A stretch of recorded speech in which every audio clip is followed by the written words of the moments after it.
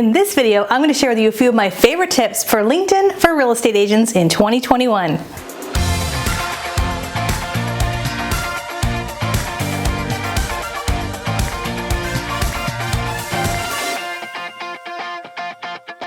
Hey everybody, Katie Lance here, founder and CEO of Katie Lance Consulting, the Get Social Smart Academy, and author of the book, Get Social Smart. It's episode 215 of the Get Social Smart show, and today I'm going to share with you 5 big things to think about when it comes to LinkedIn in 2021. First off, when it comes to LinkedIn, a lot of folks look at it as kind of like the set it and forget it network, where you set it up at one point, but you haven't done a whole lot with it since.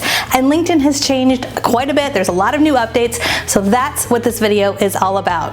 All right, tip number 1, optimize your profile. So when you go onto LinkedIn, you want to make sure you have an updated photo, you want to make sure your contact information is there. Don't be a secret agent.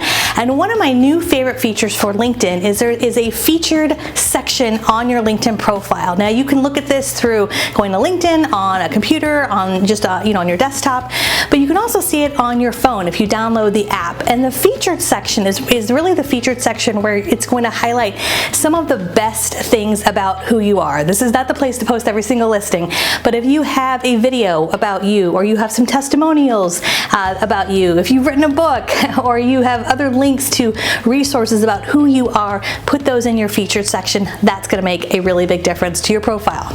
Tip number 2, add your pronunciation. One of the neat things that's new about LinkedIn in 2021 is you can actually add your pronunciation to your LinkedIn profile. The reason why this is really important, of course, is if you have a name that often gets mispronounced, it can be really helpful to have that. And the way you do that is you actually go through the LinkedIn app. So again, download that, make sure you have the updated app on your phone, and then you can add that to your profile. Tip number 3, post at least 3 to 5 times a week in the LinkedIn newsfeed. Now, LinkedIn has a newsfeed, as we all know. It's a little bit quieter than Facebook. You're not going to see a lot of cat videos or political posts. It's really business only. So what I would recommend is, as you are reading other things in real estate, maybe it's articles from Inman News or NAR, or maybe you are creating pillar content like video content, blog content, podcast content, share that in the feed, share that at least a few times a week.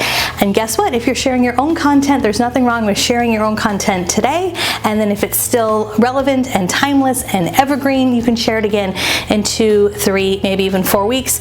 We do that a lot. We repurpose a lot of our content, and we use Hootsuite to do that. Tip number 4, utilize LinkedIn Stories. So LinkedIn Stories came out about a year or so ago, and I remember when it first came out, I was like, oh my gosh, one more place to post a story. But yes, LinkedIn Stories is a great place to post anything business related. So they're not as robust as, say, Instagram or Facebook. As of the recording of this video, it's somewhat limited. You can upload a graphic or a photo. You can add some simple text, color. You can add some stickers or GIFs. It's somewhat limited.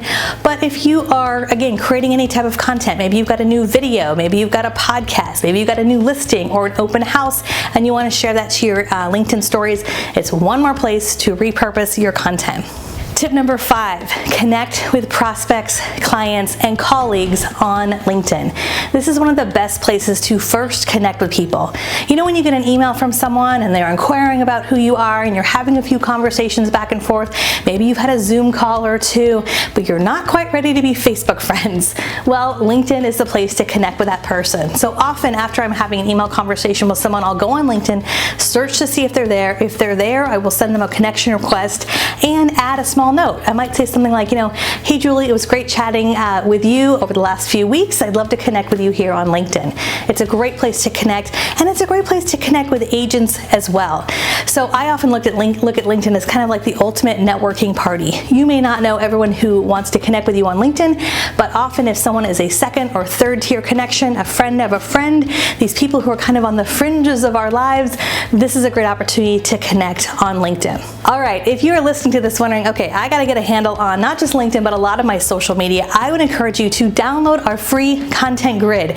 Now, we recently updated this, and this is super helpful, not just for social media, not just for Facebook, but specifically also for LinkedIn. So go to katielance.com/content grid and download it. If you downloaded this in the past, make sure you download the new version. Again, that's katielance.com/content grid. And if you're watching this video on YouTube, make sure you hit the subscribe button and the bell button, because we have new episodes that come out out each and every week. All right, last thing I want to know, are you on LinkedIn? Let me know in the comments below, and we'll see you next time. Bye for now.